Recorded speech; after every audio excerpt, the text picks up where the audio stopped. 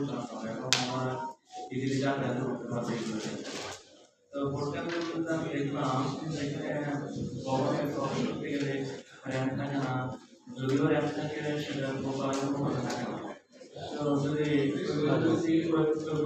Focus করা হয় তাহলে আশা করি তারা অনেক সমস্যা সহজে ফেস করতে।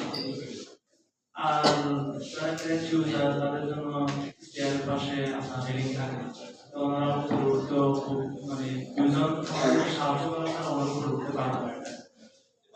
এগুলোকেই